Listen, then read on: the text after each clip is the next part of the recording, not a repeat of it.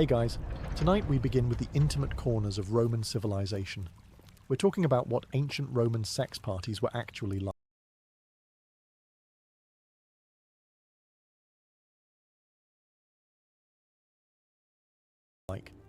So before you get comfortable, take a moment to like the video and subscribe, but only if you genuinely enjoy what I do here. And let me know in the comments where you're tuning in from and what time it is. It's always fascinating to see who's joining us from around the world. Now, dim the lights, maybe turn on a fan for that soft background hum, and let's ease into tonight's journey together. You didn't just attend one of these Roman parties. You were summoned, like a minor deity or a disappointing nephew. The invitation itself was a flex, a wax-sealed scroll implying, "We've chosen you, despite knowing everything about you." You arrive at the villa and immediately regret overdressing. Everyone looks effortlessly scandalous. You look like you wandered in from a toga sales conference. Too late now. The gates creak open, not ominously, more like they've seen things and are too tired to be dramatic about it. You step into the courtyard, where a discreet fountain gurgles in the corner like it's trying not to listen. Inside, servants move like trained shadows. They adjust cushions, pour wine, and somehow make you feel underdressed and overhydrated at the same time. A few nod at you with the same expression one might reserve for an anxious goat at a lion exhibit. The host greets you with that particular Roman smile, the one that says, "Welcome to my home. I hope you enjoy yourself, and please don't get anything sticky on the mosaic." You try to reply with equal dignity, but mostly just sweat lightly and bow too low. Around you, the elite of Roman society mingle. Senators, poets, philosophers who haven't bathed in weeks but can quote Plato mid-belch. A general walks by holding a goblet and the future of a small province. No one's actually doing anything scandalous yet, but everyone's thinking about it. Hard. You're guided to a couch. It's low to the ground, oddly angled and deeply suspicious. You recline awkwardly, trying to look like someone who attends these things often and definitely understands what's about to happen. You don't. The air smells of wine, roses, and ambition. Someone plays a lyre in the distance. Softly, tastefully, like foreplay for the ears. Everyone's waiting for the moment the evening tips. It hasn't happened yet, but it will. It always does. One of the slaves walks by carrying a platter shaped like something you're pretty sure shouldn't be edible. You pretend not to notice, and just like that you realize this is less of a party and more of a power play, wrapped in silk sheets and whispered names. Let's be clear, Roman villa parties weren't come one, come all potlucks. This wasn't the kind of soiree where you show up with a bottle of wine and hope someone brought olives. No. This was an invite-only affair where your social rank mattered more than your personality. Luckily, Romans didn't really have personalities, just titles, togas, and suspiciously flexible morals. You didn't make the guest list because someone liked you. You made it because someone could use you, or at least count on you not to scream when things got theatrical. Take a look around. That senator in the corner? He passed 3 laws this year and 3 wives last week. He's seated next to a poet whose last public reading got banned for being too anatomically detailed. Across from them is a priestess who technically shouldn't be here at all, but rumour has it she's the emperor's niece, or ex, or both. It's Rome. No one here is random. Seating is an exact science. If you're near the wine, you're either the entertainment or the liability. If you're near the host, congratulations, you're being watched. You're not sure whether that's good or bad, but either way, sit up straighter. Everyone is mingling under a thin veil of civility, like a gladiator match where the swords are replaced with compliments. "Oh, Publius, you look so refreshed.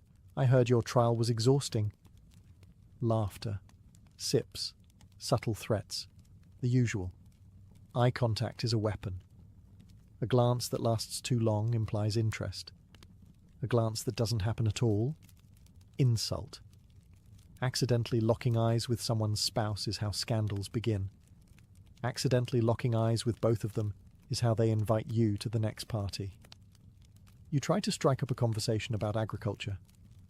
Someone counters with an anecdote involving a grain shortage and 3 acrobats. You nod politely and make a mental note to never ask about wheat again. In this room, everything is a performance. Your posture, your laughter, even the way you sip your wine. Too fast and you're uncultured. Too slow and you're plotting something.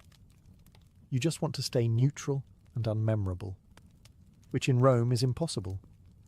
But at least you're not the guy who brought his mother. That happened once. He hasn't been seen since. You start to notice something odd, aside from the room full of reclining aristocrats pretending to be shy. It's the number of people gliding silently around with perfect posture, no personal space, and a look that says, "Yes, I've seen things. No, I will not be emotionally unpacking them." These are the slaves. And make no mistake, they're not partygoers. They're the infrastructure. There's one adjusting the cushions every 12 seconds, another pouring wine with surgical precision, somehow knowing who prefers dry Falernian and who wants theirs, forget last Tuesday, strong. One is fanning a guest like it's an Olympic sport. Another is juggling trays of fruit shaped like things that make you avoid eye contact. They are everywhere, and no one acknowledges them, unless something goes wrong, in which case they are suddenly very visible and somehow always to blame. You try smiling at one of them. They blink twice, which might be the ancient Roman equivalent of don't. You look away and pretend you were admiring the wall mosaic, which unfortunately depicts something you're pretty sure isn't anatomically possible. The strange part? The slaves know more than anyone. Who's sleeping with whom? Who's trying to poison whom? Who brought their cousin under a fake name? They're walking, silent scrolls of blackmail potential, and yet completely ignored, like morally flexible wallpaper. Some are trained for entertainment. Others are trained for more interactive hosting. But none of them get to leave early. None of them get a couch. If anything, they are the couch. You're not sure if that's part of the act or just bad ergonomics, and yet, while the guests are trying to outcharm, outmaneuver, or out-undress one another, the slaves are running the whole machine, quietly, efficiently, judging you just a little, which is fair. You overhear one guest ask, "Who's that attractive man over there with the wine?" The host responds, "That? Oh, he's no one."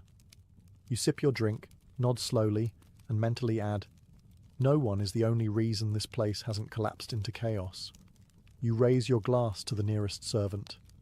He doesn't look at you. But you swear for half a second his eyebrow twitches. Respect. Let's be clear. This entire event hinges on one crucial element. Wine. Not conversation. Not status. Not the oil-slicked dancers with the suspiciously flexible spines. Wine. Without it, the evening would be a networking disaster. With it, it becomes a networking disaster with style. As you recline, awkwardly, on your couch, a servant pours your first cup. Roman wine is not like modern wine. For starters, it's stronger than your will to avoid drama and needs to be diluted. Not to preserve decorum, but because drinking it straight is how you end up proposing to a statue. The Romans don't just sip wine, they perform with it. Each cup is followed by a toast, a quip, and a subtle glance at the person across from you to see if they're impressed, scandalized, or both. You try to pace yourself. You fail. By the third cup, your Latin is flawless. By the fourth, you're nodding along to a story involving Neptune, a goose, and a legal loophole. At this stage, people start leaning in. Voices drop. The laughter gets breathier. Jokes start sounding more like offers. You realize that, "Would you like a fig?" might not be about fruit. You also realize you've accepted 2. The wine flows freely, as do the stories, none of which seem entirely true. One man claims to have bathed with a Vestal Virgin. Another swears he once dined with Cleopatra's cousin's astrologer.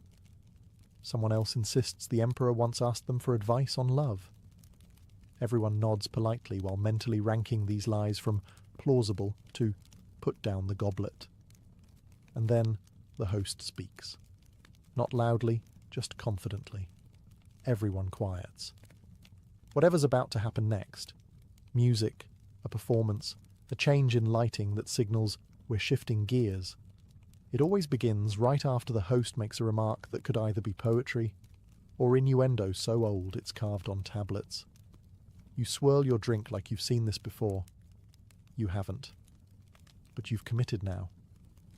One more cup, and you might just have the courage to pretend you understand Roman social cues, or you'll pass out in a potted plant. Either way, you're part of the evening. By now you've accepted that this party is operating under its own set of rules, one of which seems to be that nothing can just be food. Every platter that arrives looks like it came from an erotic sculptor, with too much time and access to fresh pastry dough. A tray of figs shaped like body parts. Oysters arranged in delicate, suggestive spirals. Bread loaves that clearly did not rise by accident. Even the honey cakes wink at you. You're not sure if you're supposed to eat them, admire them, or blush and politely excuse yourself. You reach for what looks like a cluster of innocent dates, only to find them stuffed with something squishy, tart, and suspiciously symbolic. No one seems fazed. This is clearly normal. Somewhere a senator is holding a sausage with the reverence of a sacred relic. He bites it with ceremony. You lose your appetite. Across the room, a woman is hand-feeding grapes to a reclining magistrate, one by one, with the sort of intensity usually reserved for hostage negotiations. Each grape disappears into his mouth like it's part of a ritual. He chews slowly, then praises the texture. You're not sure if he means the grape. The centerpiece is a roast, possibly a boar, possibly something else that had a name and regrets. It's been decorated with fruits in places that fruits don't belong. A flute player provides ambient music while a servant slices into it delicately, revealing yet another surprise layer of something gelatinous and deeply unnerving. You nibble at a pastry shaped like Venus. It tastes like almond and poor decisions. Meanwhile, the host raises a goblet and praises the cook. Everyone claps politely, as if they haven't just consumed an entire metaphor for Roman excess. The cook bows and retreats into the shadows, presumably to prepare dessert, which, if this pattern holds, will look like either an animal, a deity, or something that gets you fined in 3 provinces. And yet, despite the culinary chaos, the message is clear. This isn't just nourishment. It's theatre. It's symbolism. It's a very elaborate way of saying, we have too much money and no filter. You take another bite. It's spicy. Of course it is. Just when you think the evening can't get more interpretive, the lyre player changes tempo and the room collectively tilts. No one says, now the show begins, but somehow everyone knows. The host leans back. The wine is refilled. A performer steps forward. And suddenly you're at a talent show hosted by Dionysus on a dare. The first act is a dancer. She emerges from behind a curtain wearing silk, barely, and enough body oil to fry an entire fish market. She moves like gravity is optional and eye contact is punishable. You want to look away, but realise that would somehow be more awkward, so you nod along as if you understand the cultural significance of the part where she starts miming an eagle. Maybe it's mythological. Maybe it's allegorical. Maybe you're overthinking it and should just drink more wine. Next comes a man with a lute and no sense of shame. He sings an ode to Venus that rhymes love with dove and above, and somehow makes all 3 sound inappropriate. You clap along politely. Everyone else laughs like it's the funniest thing since the sack of Carthage. Then there's the juggler. He starts with fruit, moves on to knives, and ends with something you're pretty sure was illegal in Athens. The crowd gasps. You pretend this is standard weekend fare and try not to choke on a decorative almond.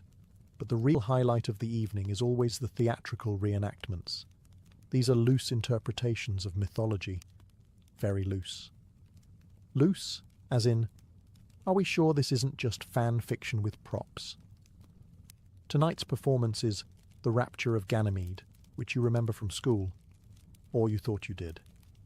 This version features interpretive moaning, 3 strategically placed laurel wreaths, and what appears to be a cameo by a man in a horse mask. Everyone claps when it ends. Even the flute player looks exhausted. You begin to realize the entertainment isn't here to distract from the party. It is the party. It sets the tone, opens the door, removes the last illusion of formality.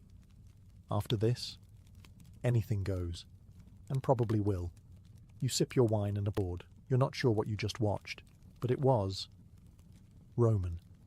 There's a moment in every Roman evening when the vibe shifts from polite decadence to let's see what happens. That moment arrives precisely 4 seconds after someone jokes, "It's getting warm in here," and everyone chuckles, a little too eagerly. A few guests begin loosening their togas. Not all the way, not yet, but just enough to say, "I'm relaxed," without adding, "and available." Togas, for the record, are not easy garments. They're made of enough fabric to clothe an entire village and held together by sheer stubbornness. Watching a senator try to disrobe gracefully is like watching a swan trip over its own dignity. You glance around, unsure of the protocol. There's no official announcement.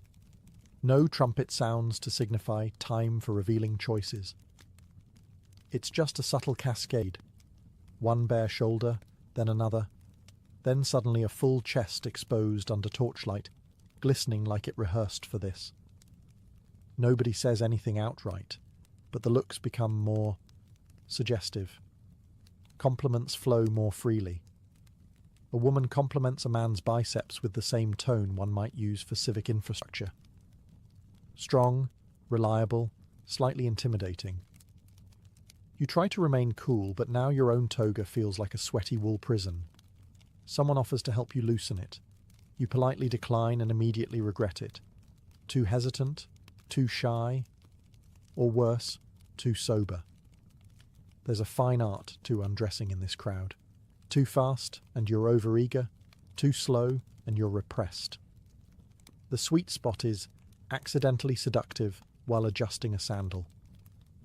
Sadly, you land on stiff tax collector on holiday. Someone near you starts a toast to Bacchus, pleasure, and forgetting names. The laughter is genuine now, a little wild around the edges. The kind of laugh that says, "We all know where this is going, and we're pretending we don't." And still, no one breaks the spell. This isn't a sprint. It's a slow slide into something unspoken. The wine, the music, the candlelight, it all works together like a sensual conspiracy. You adjust your toga, raise your goblet, and smile at the person next to you.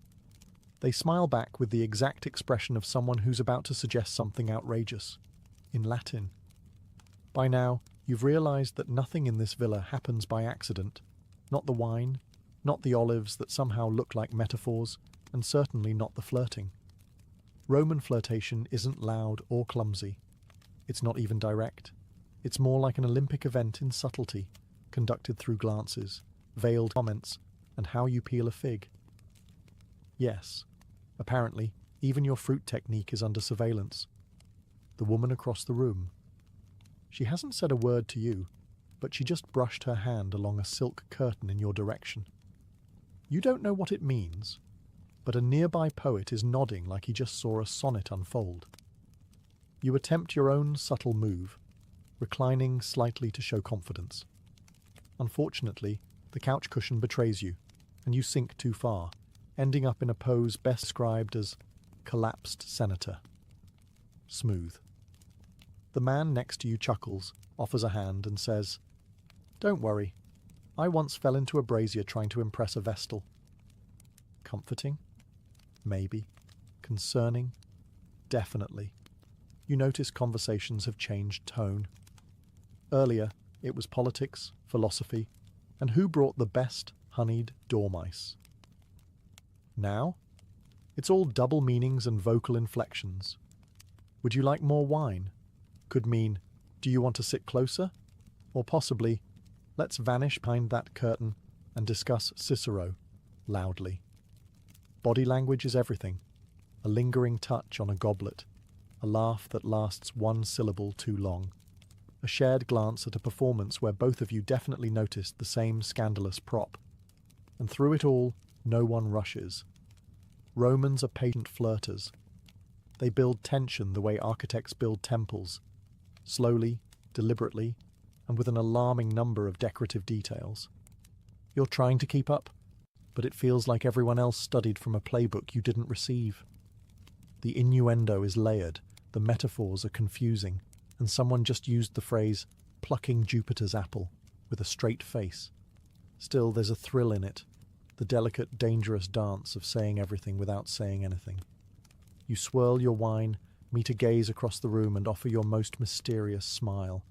You don't know what you just agreed to, but apparently that's the point. You've survived the toasts, the flirty fig metaphors, and a man reciting poetry about goat thighs. At this point, you're ready for whatever else this villa has to throw at you, and that's when you notice them. The curtains. Not regular household curtains, no. These are strategically placed swaths of fabric hung across archways, tucked into columns, and fluttering mysteriously in the breeze that shouldn't logically exist. They don't divide rooms. They imply possibilities. They whisper, "Hey, what if?" Some guests begin to drift behind them in pairs, or trios, or the kind of groupings that require a Roman census to count. Each departure is casual, a little wine, a glance, a shall we, followed by a practiced shuffle into linen obscurity. You try not to stare. You fail. But to your credit, so does everyone else.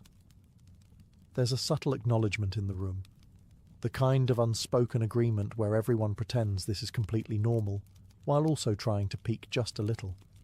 No one speaks of what happens beyond the curtains. Not directly. Some guests return flushed and glowing, like they've just debated stoicism with their entire soul. Others return looking like they wrestled a satyr. A few don't return at all, possibly out of embarrassment, or maybe they joined a touring troupe mid-party. It's unclear. You're eventually approached by someone with the confidence of a marble bust and the voice of a philosophy professor on wine number 6. They gesture toward a nearby curtain and say, "Care to explore the finer points of Roman hospitality?" You panic and respond, "I'm just here for the dates." They raise an eyebrow, impressed, confused, and disappear behind the curtain with someone else who is probably better at metaphors. And honestly, you're fine with that. You've reached a point in the evening where it's okay to just recline, sip wine, and watch as the party folds into layers of candlelight and veiled mystery. Not everyone goes behind the curtains.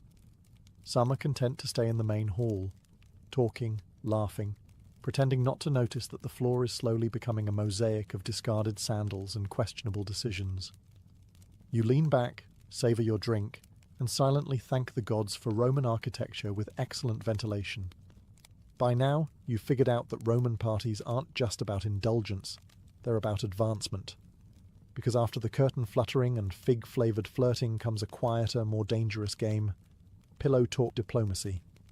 You see, while you were busy overanalyzing a grape's symbolism, others were forging the ancient version of LinkedIn connections, except in togas and usually horizontal. Behind those perfumed curtains, secrets are whispered, deals are struck, and somehow, someone's villa just got approved for renovation without going through the Senate. All while lying on a silk cushion that smells faintly of wine, ambition, and regret. You overhear a man saying, "Of course I support your cousin's candidacy," in the same tone one might use to offer a second serving of dormice. Later, that same man is seen writing down a name on wax tablet with what can only be described as sultry urgency. This is where Roman politics thrives, not in marble halls, but in torchlit corners filled with soft voices and softer moral boundaries. The Senate debates the law. The villa bedroom? That's where outcomes are negotiated. A woman wearing nothing but jewellery and confidence lounges nearby, delicately asking a visiting general if he might consider transferring a few legions closer to her family's estate. He agrees, of course. Who wouldn't, given the persuasive power of grapes, charm, and implied blackmail? You begin to realise that your position on the couch matters as much as your position on civic reform. Being seen with the right person, or not seen, depending on the curtain density, can shift your entire reputation. One misplaced compliment or unfortunate giggle, and suddenly you're that guest, forever remembered in hushed tones and footnotes. Someone leans in and murmurs, "Did you hear about the new tax on olive oil?" It sounds innocent. It's not. In Rome, even condiments come with consequences. You do your best to contribute. You nod wisely, reference a philosopher you vaguely remember, and say something about fate and civic duty. Someone claps. You think it's sarcastic, but you'll take it. Because here, in this soft-lit room full of half-truths and full goblets, power is passed through lips, not speeches. And nothing is ever just small talk. Eventually, the party stops pretending to be civilized. Somewhere around the 7th toast and the 3rd round of interpretive lyre solos, the night shifts. Things blur. Faces blend. Your toga ends up somewhere that is decidedly not on you. But just when you think the chaos is reaching peak Roman levels, someone announces breakfast. The Romans called it ientaculum, but let's be honest, it's damage control with olives. You awaken, if you even slept, on a cushioned floor near a statue of Bacchus who's seen too much. A servant offers you honey cakes and a lukewarm cup of watered wine. It tastes like bad decisions and grapes that should have retired last season. Around you, guests begin to reassemble themselves, adjusting tunics and dignity. No one talks about what happened. That would be crass. Instead, everyone defaults to cheerful banalities like, "Lovely breeze last night," or "Did you try the quail?" As if they didn't just participate in something that could collapse a minor republic. The host, somehow glowing and wrinkle-free, strolls through the room as if he hasn't watched senators snore next to courtesans. He smiles. He claps someone on the back. He's already planning the next one, because of course he is. Rome never rests. It just naps in segments. Someone hands you a small clay token. You ask what it is. They say, "A memento." You ask what kind of memento. They smile and walk away. You decide not to ask again. There are quiet goodbyes, knowing glances, and the occasional awkward moment when two guests realize they shared a curtain but not a name. One man leaves wearing someone else's sandals. Another leaves with someone else's senator. You gather your things, some of which now include a philosophical scroll, a bruised plum, and at least 3 rumors, and make your way toward the exit. You pass a servant scrubbing something unidentifiable off a mosaic. He doesn't make eye contact. Neither do you. It's mutual respect. As you step back into the Roman daylight, blinking and bleary, you realize something. This wasn't just a party. It was a masterclass in excess, social engineering, and creative upholstery. And you? You survived it. Barely. You thought the party ended when the wine ran out and someone accidentally knocked over a bust of Minerva.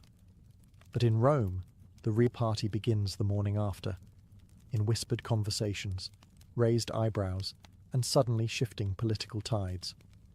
Welcome to the gladiator arena of reputation management. By lunchtime, half the city knows that Senator Publius left with a woman described only as the Panther. The other half knows she wasn't actually a guest. You hear someone at the bathhouse say, "Well, at least it wasn't as bad as last time," which only raises more questions. You, on the other hand, are desperately trying to remember if you said anything to the wrong person. Like, "Oh, maybe that story you told about Caesar's sandals being overrated." That would have been fine, if you hadn't told it to Caesar's cousin. And that charming conversation with the courtesan about grain prices. Turns out she's the unofficial advisor to a praetor, which might explain why he winked at you in the forum this morning. The thing is, these parties aren't just about indulgence. They're strategic traps lined in velvet. Every joke you made, every toast you gave, every time you mispronounced apicius while complimenting the fish, all of it is being catalogued, judged, and possibly reenacted by people with dramatic flair and too much leisure time.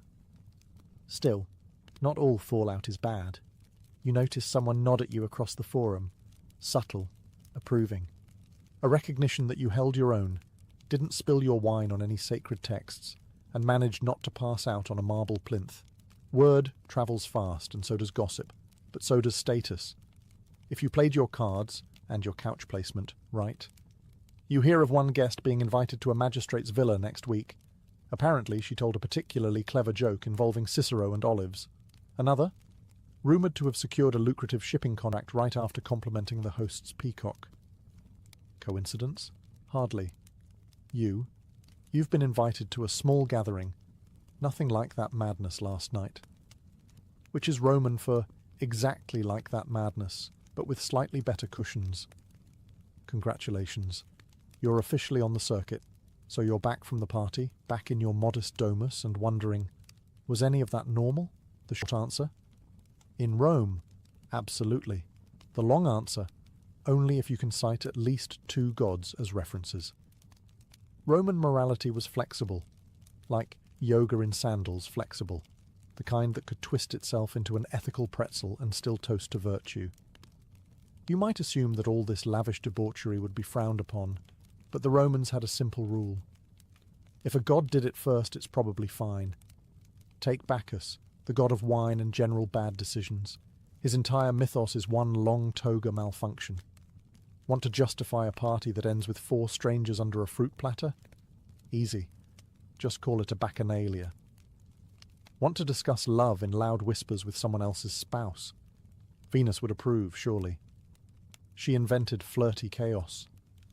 This divine loophole allowed Romans to behave outrageously, then write philosophical essays about how it brought them closer to the divine. Imagine waking up with wine-stained fingers and claiming, "I now understand the cosmos better." And people just nod. Because that's theology. You begin to notice that Roman society functions like a pantheon in motion. Everyone models their behaviour on some mythological figure. A well-dressed man at the Forum brags about being a Mars in bed, while a woman retorts she's more of a Minerva by day, Venus by night. You can't tell if it's flirtation or a theology quiz.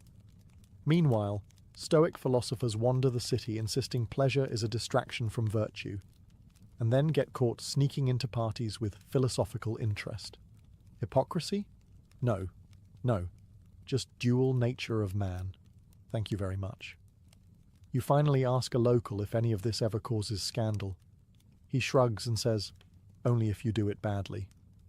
Because the truth is, morality in Rome wasn't about abstaining. It was about style, discretion, and whether or not you quoted poetry while doing it. So you take comfort in the fact that if the gods themselves behaved like this, well, who are you to argue? You survived the wine, the curtain rooms, the poetry that bordered on felony, and now, weeks later, you've returned to the daily grind of Roman life. But something has changed. You're walking through the Forum, trying to haggle over olive prices, when someone whispers, "That's the one who quoted Horace while juggling grapes." You want to correct them. It was actually Virgil, and you only dropped one. But you let it slide. Why ruin a legend? Because that's what these parties are now. Legends. Not just to you, but to everyone who wasn't there. Which conveniently includes nearly everyone. The stories get wilder with each retelling. Someone says they saw a senator riding a peacock. Another swears there was a performance involving honey, masks, and philosophical roleplay. You know for a fact that the masks were optional. Of course, not all the legacy is flattering. Moralists start publishing scrolls with titles like The Decline of Virtue in the Marble Age and Toga Off, Empire Falls. Senators who participated issue vague denials while planning the next banquet. And every few months, an emperor threatens to ban immoral assemblies. Right before hosting one that includes imported flamingos and interpretive dance about the Punic Wars. But the truth is, these parties were never just about excess. They were a mirror. A warped, wine-streaked mirror reflecting Rome's greatest paradox. An empire obsessed with order, constantly seduced by chaos. The villas, the silk, the gods invoked between courses. They weren't distractions from Roman identity. They were Roman identity. The parties didn't mock the Republic. They were its natural extension, just with better lighting and worse decisions. Even as the empire changes, as marble fades and villas crumble, the memory of these gatherings lingers. In dusty scrolls, in gossip carved into bathroom walls, in that one statue of Bacchus that definitely looks too pleased with himself. And you? You're now part of that lore. a footnote in someone else's over-embellished story. Maybe they'll say you danced on a table. Maybe they'll say you debated Plato while balancing fruit on your head. Either way, you left an impression, and in Rome, that's the real legacy. So, here you are, back on your modest stone bench, sipping a lukewarm cup of watered wine, trying to piece together what, exactly, you just lived through. Was it a cultural event? A social trap? A toga-based fever dream? Yes, to all of it. Roman villa parties weren't simply about wine, scandal, or impressively flexible interpretations of mythology. They were how Rome functioned. Behind every curtain, under every laurel wreath, deals were struck, alliances formed, egos inflated and occasionally deflated by poor dance choices. It was government, entertainment, and philosophy all wrapped in silk and scandal. An empire conducting business in its bathrobe. The elite didn't separate politics from pleasure. That's a modern fantasy. In ancient Rome, the best networking happened while half-dressed and halfway into a haiku about Neptune. One well-timed toast could shift the fate of an entire province. One ill-timed belch, exile to a less fashionable island. And despite the excess, the Romans saw nothing strange about it. To them, this was tradition. A callback to older rituals when pleasing the gods meant song, wine, and maybe some interpretive wrestling under torchlight. The real mystery isn't that these parties happened, it's that they worked. Somehow from all this candlelit chaos emerged an empire that built roads, aqueducts, and the foundation for modern law. Not bad for people who thought figs were an aphrodisiac, and that dinner entertainment should include satirical mime.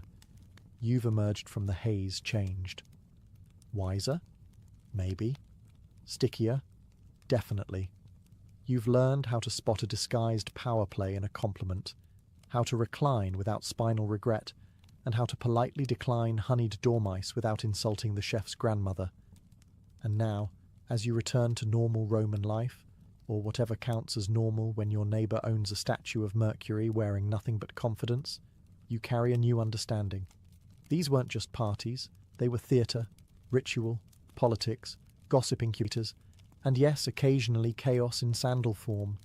You smile to yourself, adjust your toga, which is finally staying in place, and walk off into the forum, one more Roman with secrets, stories, and just enough plausible deniability to be invited back. Because in Rome, the curtain never really closes. In medieval England, fashion wasn't an act of rebellion. It was more like a uniform assigned at birth. Your clothing announced everything: your class, your job, your gender, and whether you were allowed to sit at the high table or fetch water from the nearest muddy ditch. If you were nobility, congratulations. You got to swan about in layers of silk, brocade and velvet so heavy they required a small army of attendants to help you get dressed, and maybe a prayer or two that you wouldn't faint under the weight. Colours mattered. Rich shades like scarlet, purple and deep blue weren't just fashion statements, they were basically medieval do not enter signs. The dyes were so expensive that only the wealthiest could afford them, making bright clothing the ultimate status symbol. And yes, even your belt had its own reputation. Gilded, bejewelled, and entirely unnecessary for holding anything up. Peasants, on the other hand, had no such luxuries. Their wardrobes were made of coarse wool or linen, usually in the colour of dirt, which conveniently matched both their jobs and their laundry schedule, non-existent. A simple tunic and hose for the men, a loose-fitting gown and maybe an apron for the women. It wasn't fancy, but it got the job done, especially when the job was mucking out a pigsty. And just in case someone got ideas, like a merchant's son daring to wear fur-trimmed sleeves, there were the sumptuary laws. These royal decrees regulated who could wear what, right down to the material, colour, and trimming. You couldn't just dress up because you wanted to feel nice. That was suspicious, possibly treasonous, and the local officials were all too eager to fine you for wearing shoes that were too pointy for your class. In the grand theatre of medieval life, fashion wasn't about self-expression. It was about survival, status, and staying in your lane. Your clothes spoke volumes, and if they said the wrong thing, Someone in authority would remind you very quickly just how far down the feudal ladder you actually were. If there's one thing the medieval church really didn't trust, it was a woman's hair. Flowing locks, far too tempting. Loose curls, basically sorcery. So, to keep the world safe from lust and damnation, women were encouraged, strongly, to wrap their heads up like freshly baked loaves. Enter the wimple, a head and neck covering that made every woman look like she'd just stepped out of a particularly strict convent. It wrapped around the chin, covered the throat, and often left only the face visible. Perfect if your goal was to resemble a very pious lampshade. For married women and widows, it was expected attire. Not wearing one could lead to whispers, raised eyebrows, or being called unchaste, which in medieval terms was only slightly better than being labelled a heretic. But the wimple wasn't just about modesty, it was also a social signal. The fancier the wimple, the higher your status. Rich women had theirs made from fine linen or even imported silk, often starched into stiff, architectural shapes that defied gravity and comfort. Some versions were so elaborate they required wires and pins to keep them from collapsing like a poorly built tent. Meanwhile, poor women wore simpler versions that were more about covering lice than inciting envy. Of course, fashion being fashion, the rules eventually started bending. Some women let their hair peek out a little. Others wore transparent veils over their wimples for just a hint of allure. Medieval scandal levels. Mild. By the later Middle Ages, younger unmarried women were allowed to go bareheaded or wear their hair in braids or loose, depending on local custom. But for most adult women, the wimple remained a staple. And in a world where people rarely bathed and lice were more common than spoons, covering your hair wasn't just religious, it was also practical. The wimple helped protect your neck from sunburn, your scalp from insects, and your soul from sin, apparently. So, next time you complain about modern dress codes, just remember, there was once a time when leaving your hair uncovered was enough to get you judged, fined, or possibly exorcised. Let's talk about legs. Specifically, medieval men's obsession with showing them off, very tightly.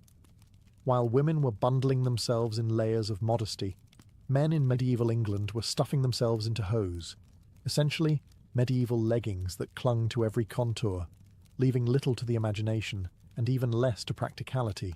Originally, hose were two separate tubes tied to a belt, because nothing says fashion-forward like strapping your pants on with string. Over time, those two halves evolved into a single pair of tight-fitting trousers, usually made of wool.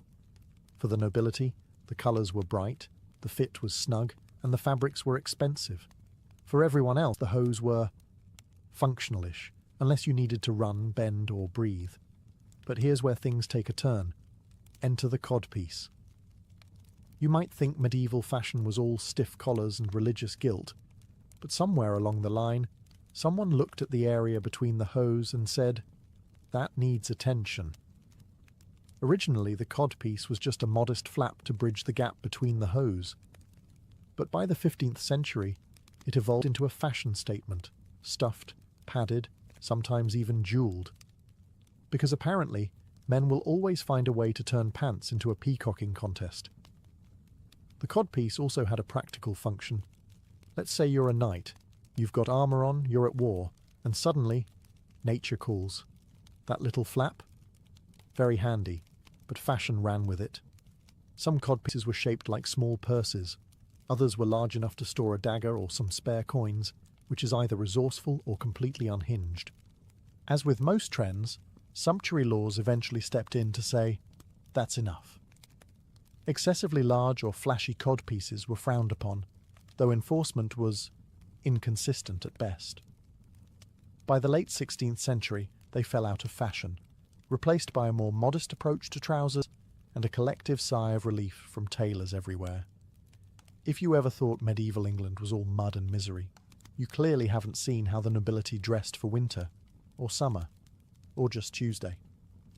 Because when it came to flaunting wealth, fur and feathers were the medieval equivalent of posting yacht photos on social media. Let's start with fur. This wasn't just about staying warm. It was a full-blown fashion arms race. Ermine Vare, that's squirrel but don't tell anyone, and miniver were the prized pelts of the upper crust. Lining your cloak with fur wasn't just cozy, it was a loud, visible declaration that you didn't milk your own cows. In fact, the rarer the animal, the more important you seemed. Some lords draped themselves in exotic furs imported from the Baltic, all while pretending it was just something they had lying around. Feathers were another hot item, not for warmth, but for flair. A plume in the cap signalled status, especially if it was from something exotic like an ostrich or peacock. Now, considering there weren't many ostriches running around Yorkshire, this was strictly high-end accessorizing. Knights wore them in their helmets, and courtiers pinned them to their hats like they were trying to win the medieval equivalent of a runway challenge. Of course, with all this flaunting, the sumptuary laws made another appearance. These laws didn't just regulate fabric and colour, they also limited what animals could legally grace your shoulders. If you were a merchant who suddenly developed a taste for ermine, you might find yourself fined, or forcibly defluffed. Only royalty or high-ranking nobles were allowed to swan about in certain furs. Everyone else was supposed to stick to rabbit, sheep, or whatever died near the road. And let's not forget the moral panic. Clergy regularly preached that luxury clothing, especially fur and feathers, led to vanity, pride, and presumably the collapse of civilization. But as usual, those warnings were ignored the moment someone saw themselves in a mirror. If you've ever complained about modern fashion being uncomfortable, allow us to present the poulain, a medieval shoe so long and pointed, it could have doubled as a weapon or a makeshift compass. Before poulain madness took over, shoes in medieval England were relatively simple. The average person wore turn shoes, soft leather footwear stitched inside out and then flipped right side out for durability. Functional, flexible, and about as stylish as a sack of potatoes, these were fine for a life of farming, hauling, and praying not to catch leprosy. But in courtly circles, things got weird. Around the 14th century, nobles decided that the most fashionable shoe was the one that extended far beyond your toes. We're talking 6 to 24 inches of pure, pointless toe extension. These were poulains, named after Poland, which medieval fashionistas blamed for the trend. The tips were stuffed with moss or whalebone to keep them erect, because nothing says elegance like tripping over your own feet in front of the king. Naturally, the longer your shoe, the higher your status. Why? Because no one doing actual labour could possibly walk around with clown-length footwear. These shoes practically screamed, "I don't need to run, fight, or survive, I'm rich." Some even had little bells attached to the tips, just in case your absurdity wasn't audible enough. As expected, the church was appalled. Preachers condemned poulains as sinful, vain, and a sign of moral decay. The government agreed, and sumptuary laws were passed to restrict their length, particularly for the middle class, who were beginning to adopt the style. But, like all banned fashion, the more people were told no, the more they pointed their shoes at the heavens and said, "Watch me." Eventually the trend, like most impractical footwear, went out of style.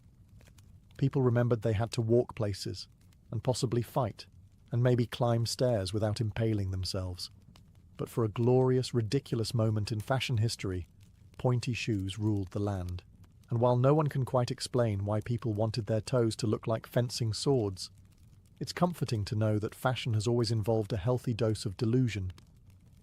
We often think of armour as practical gear, something to stop arrows, deflect swords, and help you survive a Tuesday afternoon battle. But in medieval England, armour wasn't just about protection. It was also a high-fashion statement. And yes, knights cared deeply about their drip. A basic suit of armour? Good. A custom-engraved gilded set with fluted breastplates and polished elbow guards that could blind the enemy? Even better. For the upper crust of chivalry, armour was tailored like a Savile Row suit. Artisans spent weeks, sometimes months, crafting pieces that were not only functional, but fabulous. Because if you were going to die in battle, you might as well look stunning doing it. And let's not forget heraldry. Shields and surcoats bore bold colours and family crests, lions, dragons, fleur-de-lis, or just aggressive-looking birds. These weren't just identifiers in the chaos of war. They were branding. Knights were the influencers of their day, and a well-designed coat of arms was your personal logo. Tournaments became the medieval runway. Nobles would parade their finest suits of plate or chainmail, complete with plumed helmets and surcoats so bright they could blind a monk at 50 paces. Fashion even crept into weaponry. Daggers were often jewel-encrusted. Sword hilts were inlaid with silver or gold. Some even had inscriptions, not for function, but to remind your enemy just how rich you were as you stabbed them. Pure class. Of course, peasants and foot soldiers had no such luxury. Their armour was iffy. Maybe a dented helmet, a rusted chain shirt inherited from 3 battles ago, and a prayer whispered toward the sky. But for those with coin and status, armour became another medium for self-expression. If your enemy hesitated because they were admiring your breastplate, well, that was just good strategy. Eventually, as firearms emerged, full suits of armour became obsolete. But for a few glorious centuries, fashion and warfare danced hand in gauntleted hand. And in medieval England, the battlefield was just another place to serve looks. Not everyone in medieval England was a knight or a noble lady. Some were children, others were monks, and many dressed not to impress, but to send a message. Usually something like, "I belong to God," or "Please don't throw me in a ditch." Let's start with children. Medieval kids weren't dressing in adorable tiny outfits with teddy bear patterns. They were, quite literally, miniature adults. Boys wore tunics like their fathers, and girls were dressed in long gowns just like mum, minus the fur and embroidery. There was little concept of childhood as a unique stage of life. You got swaddled, you got baptized, and before you knew it, you were being put in scratchy wool and expected to know your Latin. Comfort? Optional.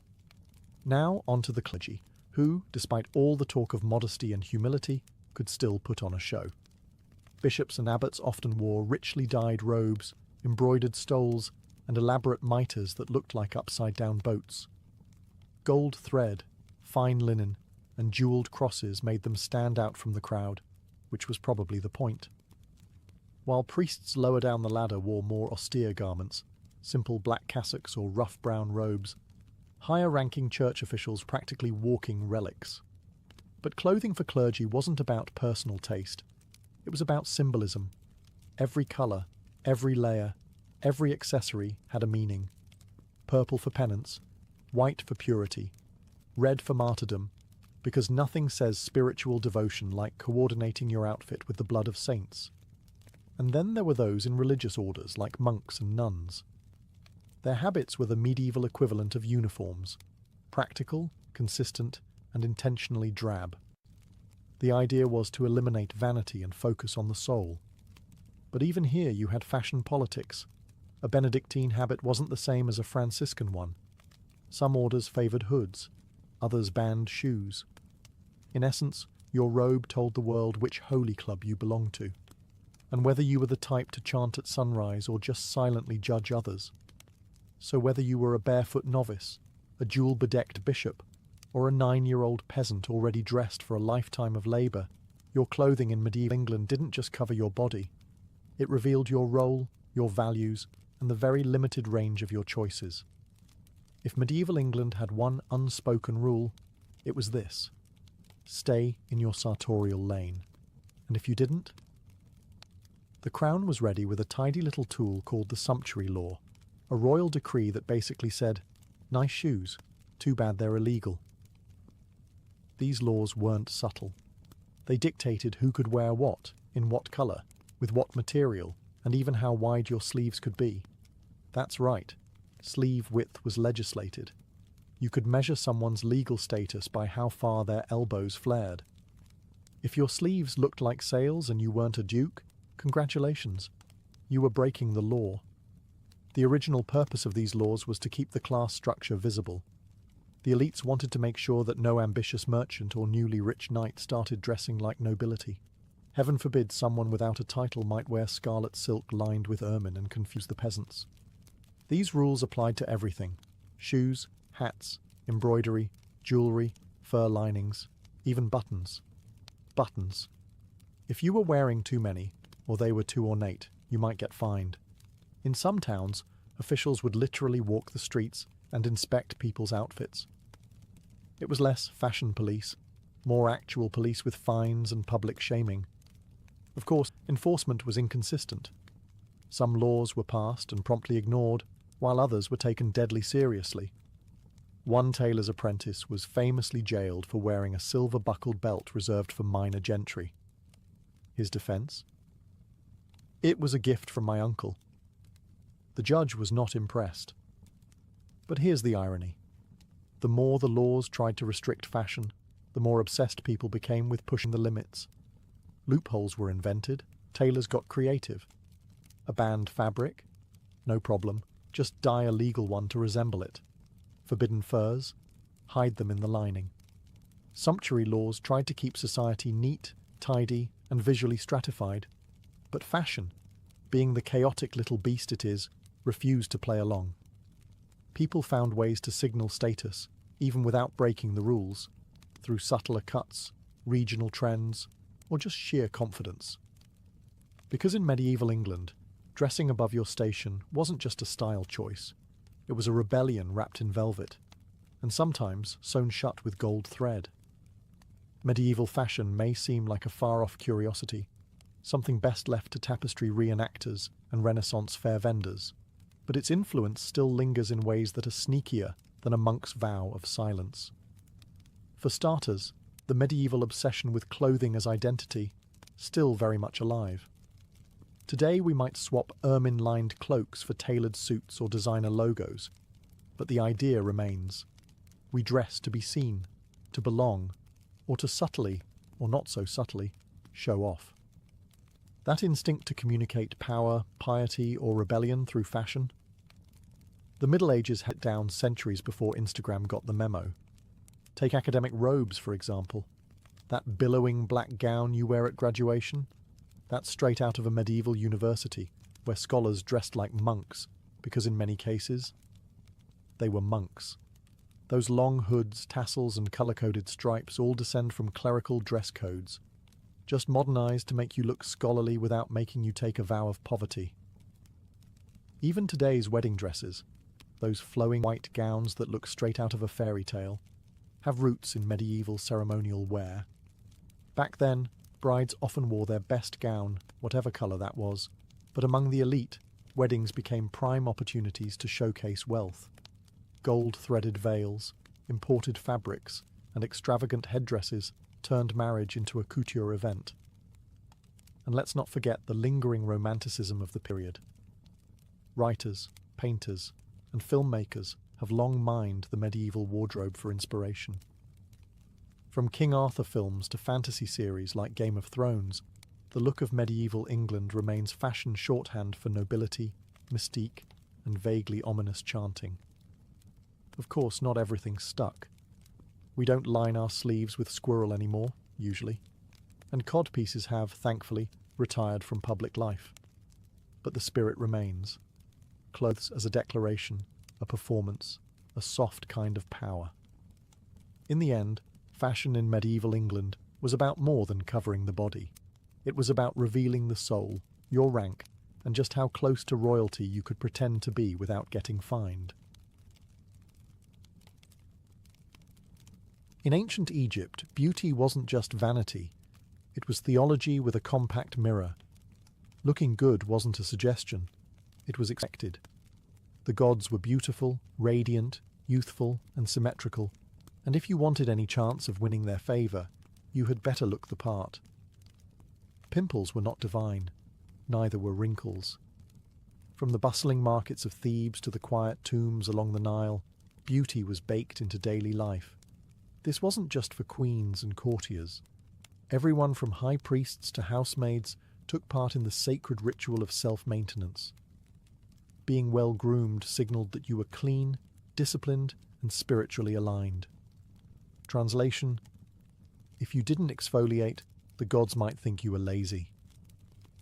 Cosmetics were considered holy tools, not just for seduction, but for protection. There was no divide between beauty and religion. Both were part of the same sacred script. Temples stored jars of scented oils just as carefully as they stored sacred scrolls. Perfume was used in worship. Kohl eyeliner wasn't just stylish, it protected the wearer from sun and warded off evil spirits. And yes, even in the afterlife, you were expected to look fresh. That's why tombs were filled with beauty kits, because nobody wants to arrive in the underworld looking tired. Priests, in particular, were held to rigid grooming standards. They shaved their entire bodies, wore clean linen, and applied scented oils before rituals. Why? Because they were standing in for the gods themselves. You don't show up to a divine ceremony smelling like yesterday's goat stew. But it wasn't all holiness and hygiene. Beauty also had a political edge.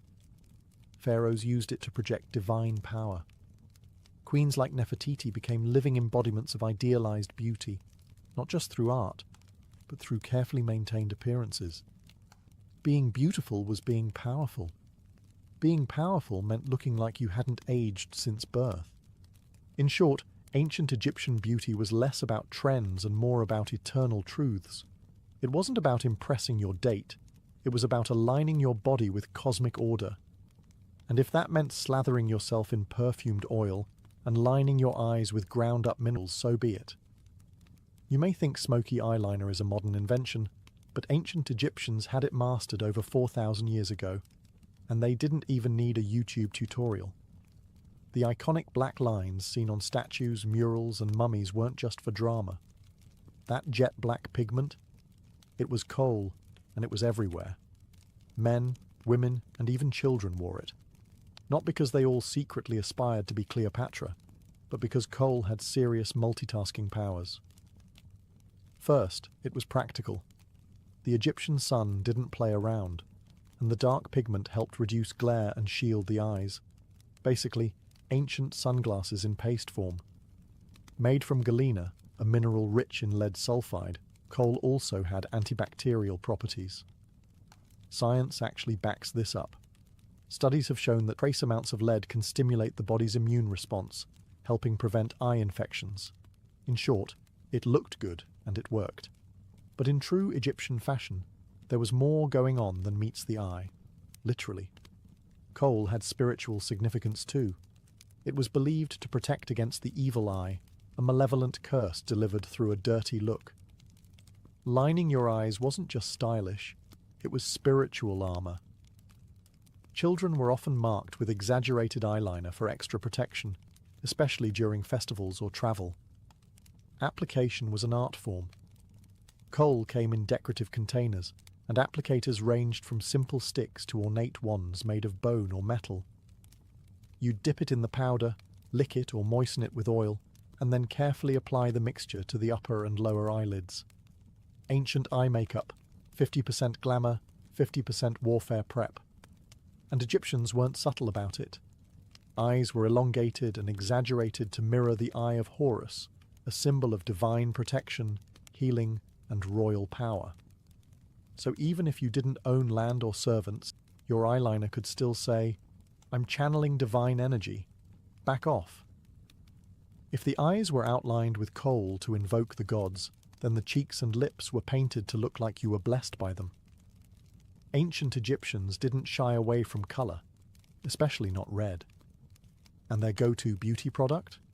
A bold, earthy pigment called red ochre. Red ochre was ground from naturally occurring iron-rich clay and mixed with fat, gum, or resin to create a smooth paste. The result? A vibrant crimson tint that could be applied to both lips and cheeks. Think of it as the original multi-purpose stick, part lipstick, part blush, all drama.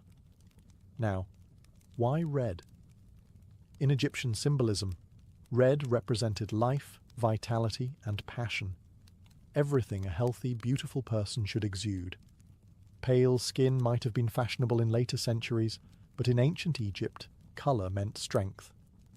A bit of crimson on your face told the world, "I'm alive, desirable, and probably favoured by the gods."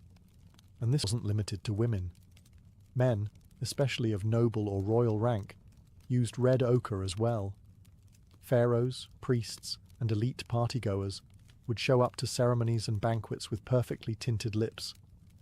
In fact, Art from the New Kingdom often shows both genders with that signature reddish pout. If you were wealthy, you were rosy. If not, you probably blended into the sand. Application wasn't subtle either. No blending, contouring, or nude tones here. Egyptians believed in visibility. If you were making offerings to the gods or just showing up to a dinner party, your face needed to pop. For special occasions, the red pigment might even be layered or mixed with a touch of gold dust for extra divine flair. Of course, not all cosmetic concoctions were safe. Some poorer quality rouges contained ingredients that were harsh or even toxic, especially for those who couldn't afford the high-end imports. But beauty in ancient Egypt was often worth the risk, because looking radiant was tied to status, health, and even your chances of a pleasant afterlife. Ancient Egyptians didn't just want to look divine, they wanted to smell like it too. And in a world where the sun baked everything and daily showers weren't exactly a thing, fragrance became both a luxury and a necessity. Enter perfumed wax cones and aromatic wigs, two of the most delightfully bizarre inventions in beauty history. Let's start with the cones. These weren't just fancy hats. They were made of scented animal fat or beeswax mixed with essential oils. Lotus, myrrh, frankincense, and cinnamon were common favourites. During festivals, feasts, or religious ceremonies, guests would place these cones directly on their heads. Over the course of the evening, body heat would slowly melt the wax, releasing its perfume. Picture a slow-dripping air freshener, but chic. Now, before you worry, no one just slapped a wax lump onto their bare scalp. Most Egyptians, particularly elites, shaved their heads for cleanliness and comfort.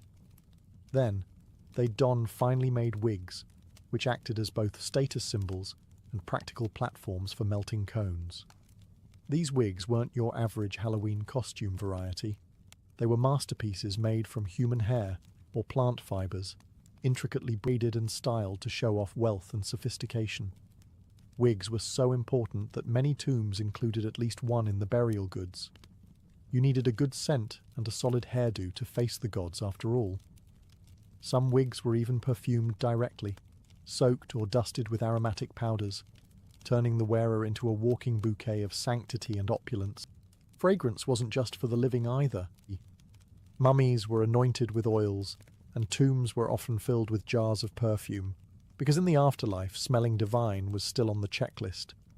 Being foul-smelling wasn't just unpleasant, it was considered unholy. A clean, sweet scent symbolized purity, life, and divine favor. Living in Egypt meant one thing was guaranteed: sun. Relentless, baking, unforgiving sun. And while modern folks might reach for SPF 50 and complain about humidity, the ancient Egyptians had their own surprisingly advanced approach to skincare, one that blended science, ritual, and a whole lot of oil. Let's start with the basics. Daily cleansing. Egyptians bathed more than most ancient cultures. Cleanliness wasn't just about comfort, it was tied to spirituality.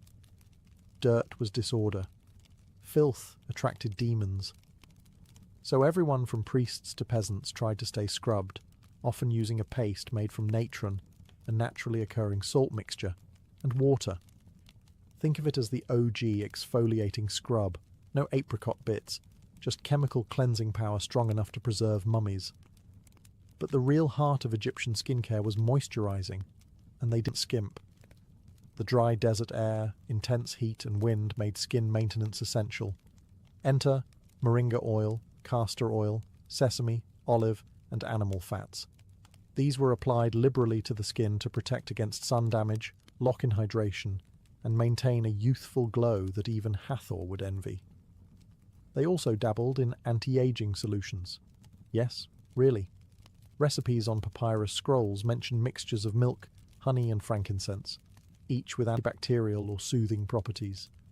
Almond oil was popular for reducing wrinkles, and fenugreek was used to keep skin smooth. Cleopatra herself was rumoured to bathe in sour milk for its lactic acid content. A little pungent, perhaps, but hey, it's chemistry. Skincare wasn't just for beauty, though. It was medicine. Wounds were treated with honey for its healing properties. Acne was soothed with crushed lotus or barley. Rashes and burns. Aloe vera was already in their toolkit. Many of these remedies still show up in modern skincare products, minus the crocodile fat and the occasional crushed beetle. Even the dead got spa treatment. During mummification, the body was coated in oils and wrapped in linen soaked with balms. Eternal youth was the goal, even if it was mostly symbolic. For ancient Egyptians, body hair was not a vibe. In fact, smooth, hairless skin was the gold standard of beauty, hygiene, and even morality. Hair was seen as messy, impure, and, perhaps worst of all, foreign. To be civilized, you had to be sleek. Think dolphin, not woolly mammoth. This cultural obsession went beyond the face. Full-body hair removal was the norm for men and women alike, from eyebrows to ankles. Even priests and high officials were expected to keep themselves meticulously shaved, because when you're performing sacred rites in front of the gods, the last thing you want is armpit stubble. So how did they do it? Razors, for starters. Made from copper or bronze, early Egyptian razors were often shaped like small crescent moons. They were sharpish, effective-ish, and came with a high risk of nicks if you weren't careful. Shaving was a regular part of grooming, not a once-a-week chore. But for those who couldn't, or wouldn't, shave daily, there were alternative methods. Sugaring, for example, was basically ancient waxing. A paste made of honey, sugar, and lemon juice was heated, applied to the skin, and then ripped off with a strip of linen. Sound familiar? That's because modern sugaring salons are still doing it exactly the same way. Egyptians were the blueprint. They also used pumice stones, plucking tools like tweezers, and even depilatory creams made from wild plants and less charming ingredients. Some recipes involved applying a paste of crushed animal bones and lye, followed by prayers to avoid third-degree burns. The price of beauty was steep, but worth it, apparently. Hairlessness wasn't just aesthetic, it was spiritual. Removing body hair symbolized purification. Being smooth meant being clean, civilized, and blessed by the gods. Hair, by contrast, was associated with the wild, the foreign, the animalistic. It's no accident that enemies were often depicted with scruffy beards and unkempt manes. Wigs helped complete the look. Since most elites shaved their heads for comfort and hygiene, wigs provided style without the sweat. You could be bald underneath and still rock intricate braids, beads, and perfume cones on top. Ancient Egyptian beauty products weren't just cosmetic. They were potent little spells in a jar. Every oil, every paste, every fragrant resin carried meaning. For Egyptians, ingredients weren't chosen just for how they made you look, but for what they represented, and occasionally for how well they scared off skin infections and evil spirits. Let's start with the all-stars. Frankincense and myrrh weren't just for sacred ceremonies or future biblical cameos, they were skin saviors. Frankincense was burned for its aromatic smoke, ground into powder for masks, or mixed with oils to rejuvenate skin. Myrrh, sticky and golden, had antiseptic properties and was used to treat wounds, soothe wrinkles, and even embalm the dead. In other words, it was anti-aging to the extreme. Then there was honey, a natural moisturizer, antibacterial miracle, and all-around MVP of the ancient beauty world. It was mixed into masks, applied to acne, or layered over chapped lips. Want softer skin? Try a mask of honey, milk, and crushed lotus petals. Want divine favor? Add a chant while applying.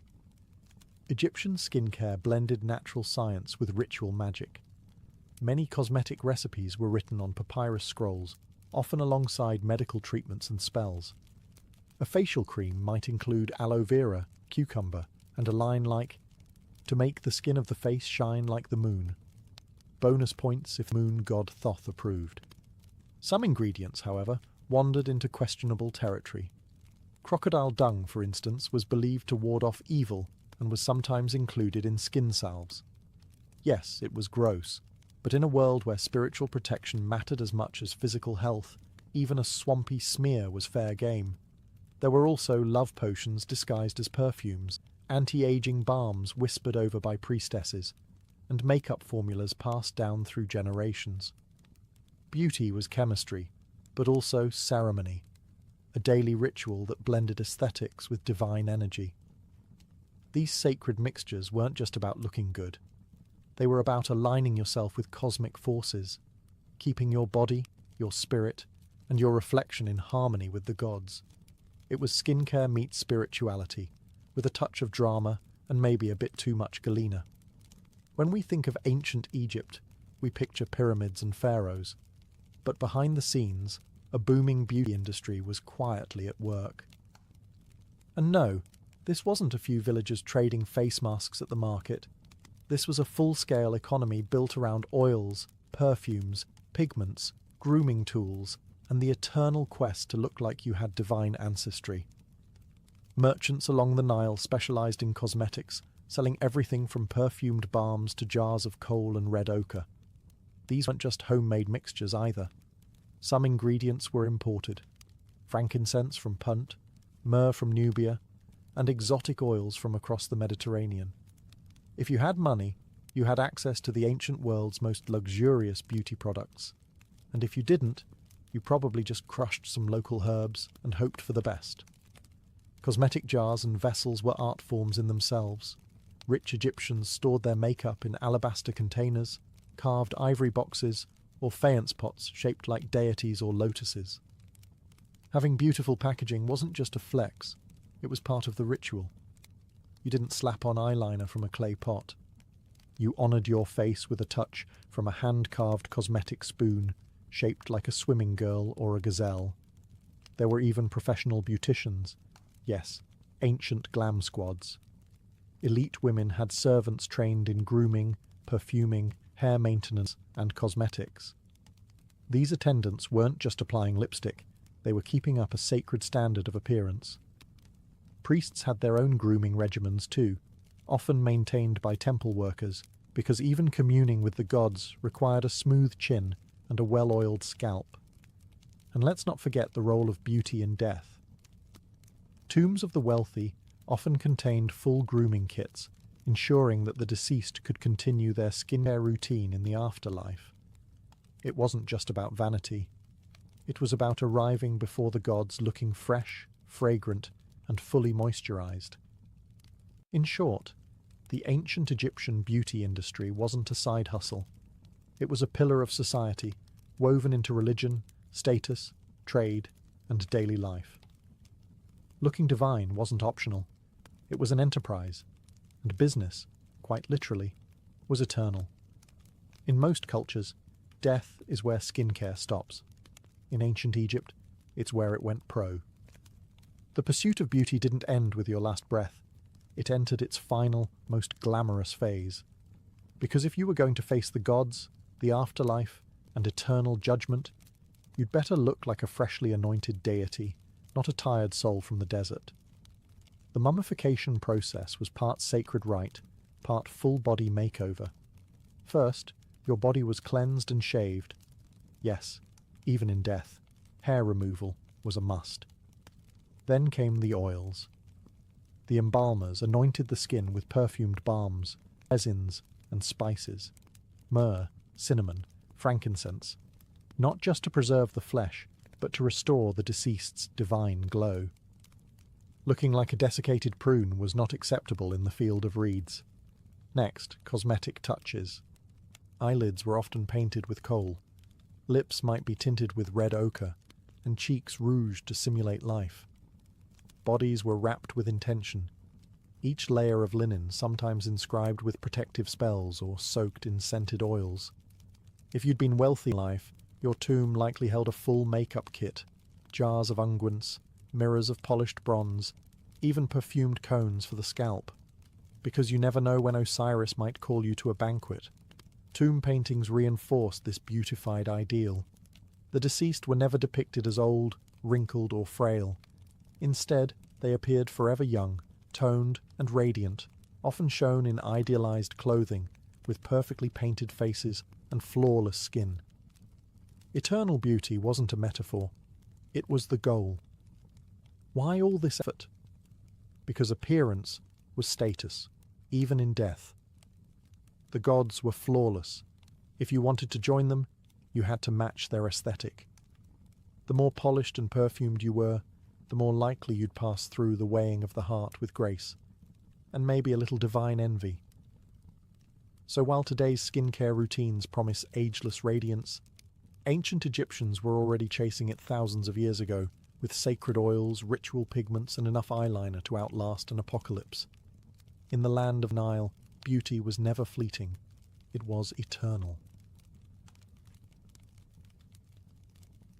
She didn't volunteer. No one did. The calling of a Vestal virgin wasn't about passion or personal devotion. It was about being born into the right family, with the right body, at the right time. Somewhere between the ages of 6 and 10, a Roman girl could suddenly find herself torn from her parents, placed in ceremonial white, and told she now belonged to the goddess Vesta. The selection process was brutal in its perfectionism. Candidates had to freeborn, physically flawless, and the daughter of 2 living parents in good social standing.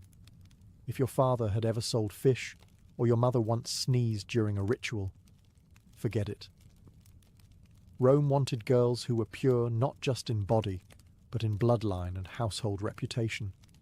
The choosing took place under the watch of the Pontifex Maximus, the chief priest of Rome.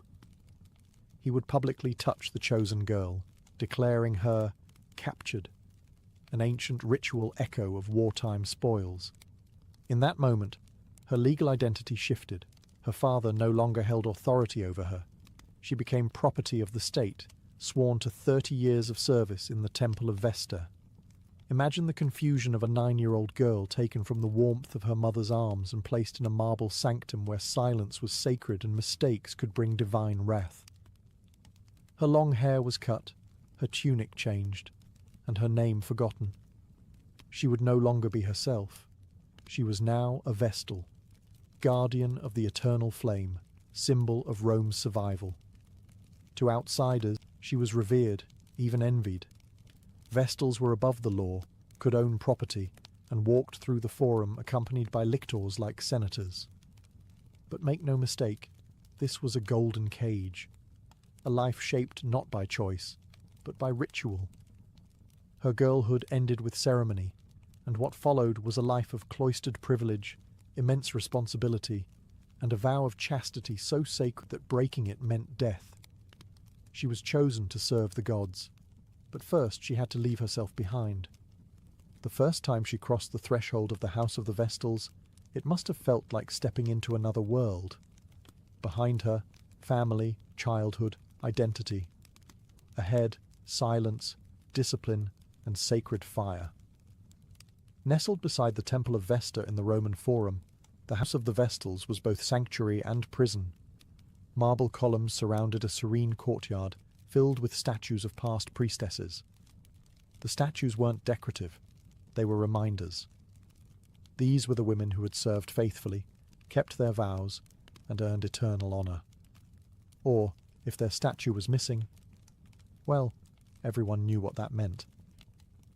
The daily life of a young novice began with training. The first decade of service was for learning, rituals, chants, purification rites, and the exacting care of Vesta's eternal flame. That fire wasn't symbolic. It was a living representation of Rome's heartbeat. If it went out, people panicked. Wars were started.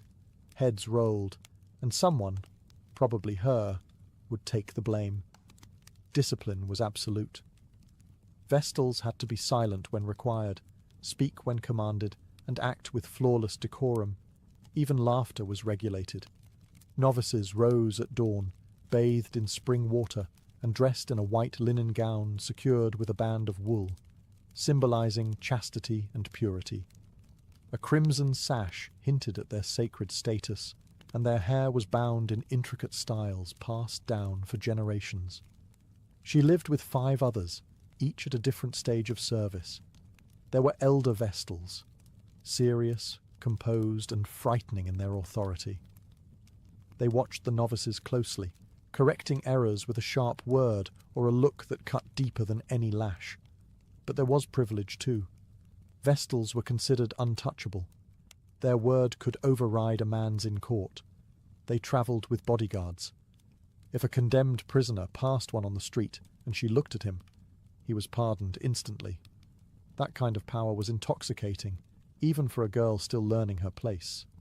Still, it was a life of paradox, immense honour and suffocating expectation.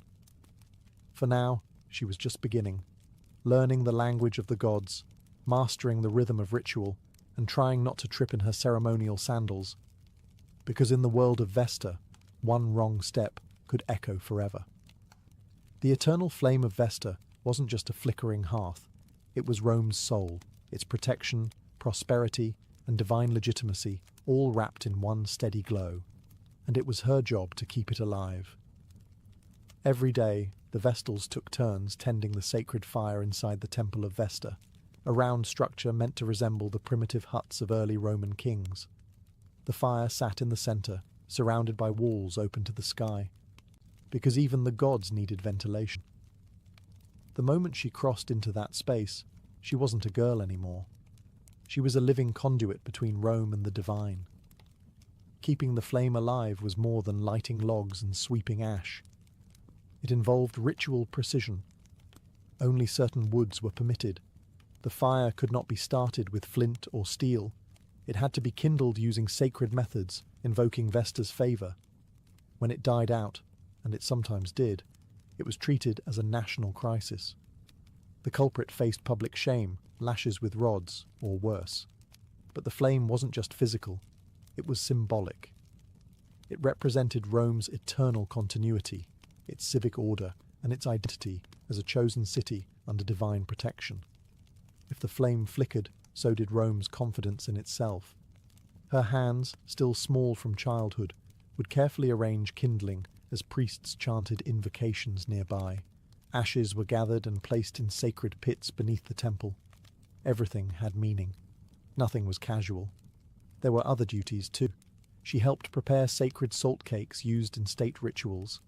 She guarded wills, Julius Caesar's, famously. She watched over holy objects no man was permitted to see, including the Palladium, the sacred statue said to guarantee Rome's invincibility. Her life was no longer her own. It was fused into the heartbeat of an empire. And while the forum bustled outside with merchants, senators, and thieves, she moved in another rhythm, one of silence, smoke, and sacred duty. Passers-by might glimpse her white veil as she passed, always escorted, always untouchable. But within the walls of the temple, beneath the eternal flame, she laboured quietly, for a fire that could never die, and a city that refused to fall. For a woman in ancient Rome, life was typically limited. Your father's rule passed to your husband, and your opinions died quietly in the atrium. Unless, of course, you wore the white veil of Vesta. Then suddenly, you became a legal anomaly. A woman above men, a priestess above politics, a symbol no one dared to touch. The Vestal virgins occupied a sacred grey area in Roman society. Though women, they were granted rights usually reserved for male citizens. They could own property, make wills, and free slaves. Their testimony in court carried exceptional weight, requiring no oath. Rome assumed that Vesta's daughters could not lie. In public, they were escorted by lictors, the same officials who flanked magistrates. Even consuls stepped aside when a Vestal passed. If her litter moved through the forum, the crowds parted. People averted their eyes, not from disrespect, but reverence. And a touch from her, accidental or deliberate, could pardon a condemned man on the spot. She was given the best seats at the theatre. She dined at the emperor's table. She sat in the imperial box during gladiatorial games, flanked by senators who would never dare to address her without formal permission. Her presence alone was considered auspicious, and her appearance was just as symbolic. The infula, her sacred headdress, marked her as consecrated. The stola, pure white, proclaimed chastity. Her shoes, bound in red leather, were ceremonial, meant for walking paths that no ordinary woman ever would. Inside her private quarters, she lived better than most Roman matrons. The house of the Vestals had multiple floors, gardens, fountains, even personal slaves. It was a cloistered life, but not a deprived one. She was exempt from the burdens of marriage, childbirth, and male authority. But there was a catch. All of it, the lictors, the land, the untouchable dignity, was balanced precariously on a single condition: that she remain pure. Not just untouched, but untouched in body, thought, and behaviour. Her power was absolute, but so was the fragility of it. Because in Rome, one whisper of impropriety could collapse an entire life of sacred privilege. The pedestal was high, but the fall was catastrophic. It began with a vow that could silence rooms. 30 years, an entire lifetime for some, devoted to chastity, ritual, and discipline. Spoken once, it was binding. No loopholes, no takebacks. From the moment she whispered her promise to Vesta, her body and will were no longer hers. The structure of the vow was rigid, almost militaristic. The service was divided into 3 decades. The first 10 years were for learning how to tend the flame, recite the rites, prepare the sacred meals, and behave with the stillness of a marble statue. These years were marked by instruction, correction, and observation.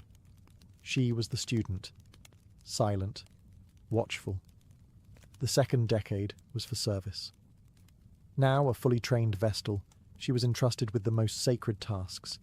She could tend the fire alone, oversee temple rituals, and even supervise new initiates. She was the flame's guardian and Vesta's human representative in the beating heart of Rome. The final 10 years were teaching. She became the elder, passing on the rituals to a new generation of novices. Her voice, once timid, now echoed with quiet authority through the stone halls of the temple. This was as close as a woman in Rome could come to leadership without invoking scandal. But behind the order and prestige was an invisible strain. 30 years of absolute celibacy. Not just in deed, but in reputation. A flirtatious glance, an unchaperoned walk, a rumour whispered too loudly. Any of these could unravel everything. And there were no second chances. If she broke her vow, or was even believed to have done so, the punishment was not symbolic. It was fatal. Some Vestals bore the burden proudly, others withered under it. But none could escape it. Their vow was both a crown and a collar, elevating them above all women while locking them in a role more rigid than any marriage. Only after completing all 30 years was she free. Free to marry, to own a house, to re-enter society, though few did. Most remained alone, known forever as the women who had once been sacred. For 3 decades, she belonged to a goddess. After that, the world didn't quite know what to do with her. On the surface, the life of a Vestal was wrapped in beauty, ceremonial garb, marble halls, incense trailing through sacred air. But beneath the veil of divine service lay a world defined just as much by fear as by faith. Rome relied on ritual to maintain cosmic balance. If the gods were pleased, crops grew, armies won, and the city thrived. If they weren't, well, fires broke out, omens darkened the sky, and disasters followed. And so, every ceremony had to be perfect, every word pronounced with precision, every gesture exact. The Vestals were at the centre of this cosmic contract. A single misstep wasn't just embarrassing, it was sacrilege. Even high-ranking priests were afraid to offend them. They represented Vesta, and Vesta was not known for mercy. When a Vestal approached a sacrificial altar, no one spoke. When she made offerings, the city paused. It wasn't just respect. It was a deep, superstitious awe, the kind reserved for lightning and oracles. But their presence wasn't always comforting. A Vestal's gaze could grant mercy, but her withdrawal could doom you. The people feared her power because it was pure, divine, and, most dangerously, female. She lived outside the normal hierarchy, bound to no man. In a society that controlled women's roles carefully, This independence was both admired and feared. During public ceremonies, especially the Vestalia in June, citizens flocked to the temple. Bakers unbarred their ovens. Matronae walked barefoot to offer prayers for fertility and hearth. And there she stood, central to it all, performing rites passed down for centuries. But always with the knowledge that any mistake, any missed chant or poorly timed movement could be seen as an omen. And omens had consequences. The weight of this responsibility never lifted. Vestals might seem serene, gliding through rituals with ethereal calm, but underneath was a tightrope walk, always under scrutiny. One error could bring not just personal disgrace, but a public sense of doom. Their life was not one of quiet meditation. It was high stakes, high visibility, and no room for error, because to be a Vestal was to walk the boundary between divine order and human catastrophe, one ceremony at a time. To the Roman mind, few crimes were darker than a Vestalis unchaste. Her vow of purity wasn't just personal, it was woven into the fate of the city itself. If she broke it, or was even suspected of breaking it, the punishment wasn't just severe. It was designed to terrify. The logic was brutal. A Vestal's body belonged to Vesta. Violation of that body meant violation of the goddess, which meant divine punishment for all of Rome. Earthquakes, plagues, military defeats. Any disaster could be linked, in hindsight, to a Vestal's rumoured affair. The solution? Purge the offence, appease the goddess. The accused Vestal was stripped of her sacred garb. The white veil was removed, the crimson band untied. Her body, once untouchable, was now scrutinised for signs of guilt. Flushed cheeks, trembling hands, averted eyes. Proof? Not required. Suspicion was often enough. And the punishment? Burial alive. Roman law forbade spilling a Vestal's blood. So they found a loophole. She would be lowered into an underground chamber just outside the city walls, in the Campus Sceleratus, the field of the wicked. There she would find a small room with a bed, a lamp, and a loaf of bread. Symbolically, it wasn't murder. Realistically, it was a slow death in darkness. The procession was public, silent, grief-stricken. The condemned Vestal was led through the city in a closed litter, her face hidden. Crowds gathered, but no one spoke. It wasn't entertainment, it was civic mourning. Rome was cleansing itself. No man could be present in the chamber. The priest would lower her down, seal the shaft with earth, and walk away. There would be no monument, no epitaph, just the knowledge that one of Vesta's daughters had fallen, and taken a piece of the city's soul with her. And what of the alleged lover? If named, he'd be beaten to death publicly, often in the forum. He got pain. She got silence. In truth, some accused Vestals were likely innocent, victims of political schemes or convenient scapegoats. But once accused, there was no defence, no appeal. Because in the eyes of Rome, when a Vestal broke her vow, she wasn't just betraying the gods. She was betraying Rome itself. If she made it through all 30 years, unscathed, unblemished, and utterly devoted, then, and only then, was she released. The vow fulfilled, the flame tended, the rituals passed on. She was no longer a Vestal virgin. She was something else entirely. Liberation came with ceremony. The Pontifex Maximus released her from her sacred obligations, and for the first time in 3 decades, she was free to choose her own life. She could marry. She could live alone. She could own property and act as a full legal agent. Freed from the guardianship, most Roman women never escaped. But freedom, after such a life, was complex.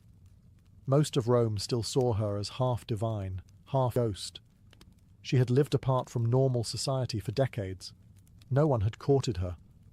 No one had seen her dance or flirt or laugh in the streets. Many men were wary of marrying a former Vestal. Some believed it would bring bad luck.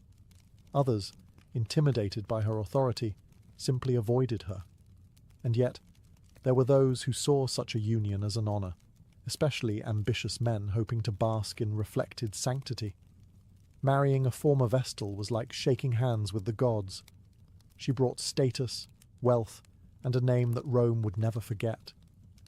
But for the Vestal self, adapting to life beyond the cloistered temple could feel disorienting. She had spent her girlhood in service, her adulthood in silence, her prime years in sacred duty. Now she entered a society that prized women for their families, not their rituals.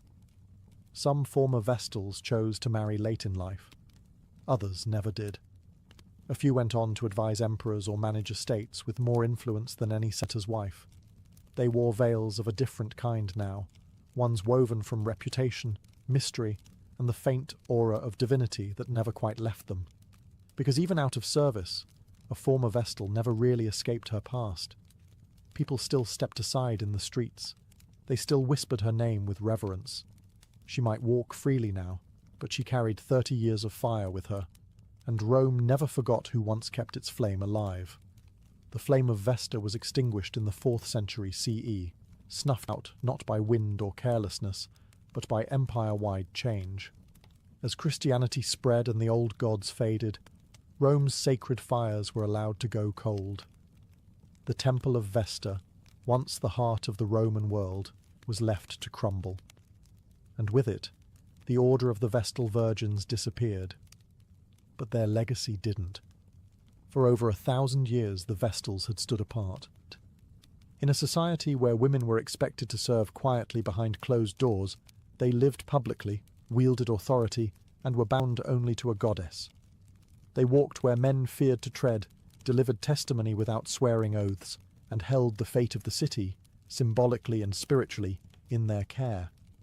The idea of a woman being both sacred and powerful, not because of a man, but in spite of him, was revolutionary. And it stuck.